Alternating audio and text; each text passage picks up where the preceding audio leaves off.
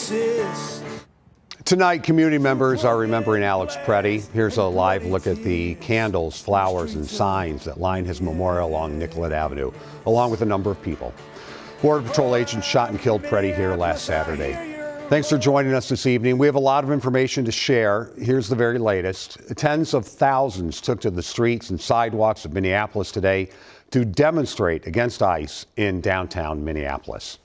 Local journalist Georgia Fort and former CNN anchor Don Lemon are out of jail tonight. Federal agents arrested them in connection to a protest at a St. Paul church.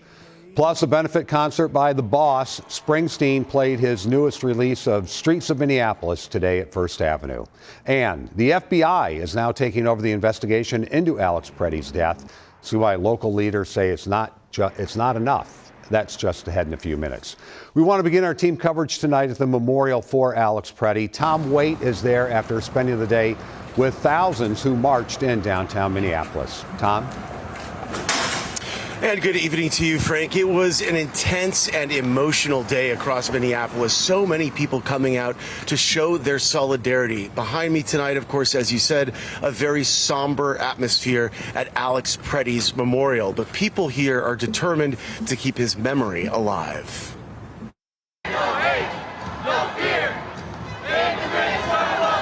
In downtown Minneapolis, a show of force and solidarity and a clear message for the Trump administration and their immigration operations here. The massive crowd marched through downtown peacefully. Friends, families, strangers, all together. We have to stand up for something. They're kidnapping, murdering our neighbors, and we can't be silent. Nothing's going to change. Nia, who preferred that we not use her last name, brought out her 4-year-old daughter. And she knows to speak up, to speak out. She's not going to be silent. And that's the generation that we want to raise. After Alex Preddy and Renee Good were shot and killed by federal agents, there's been an explosion of emotion. The people who came to march told us this is a place to channel their heartbreak and anger. A lot of the people out here, they didn't create the world that they're living in today. And so it's standing up to make it a safer place for them to be as well. It's mutually exciting and heartbreaking in the fact that this is the thing that causes us to be here and band together. Even through that heartbreak and turmoil, people are finding ways to lift each other up. A worker at a restaurant just feet from where Alex Preddy was killed says the tragedy is bringing out the best in their customers. Constantly when customers are coming in, they're asking us how we're doing. The other day we had literally within 1 hour 2 different groups of community organizers who came in with forms just checking in on what we needed as a business.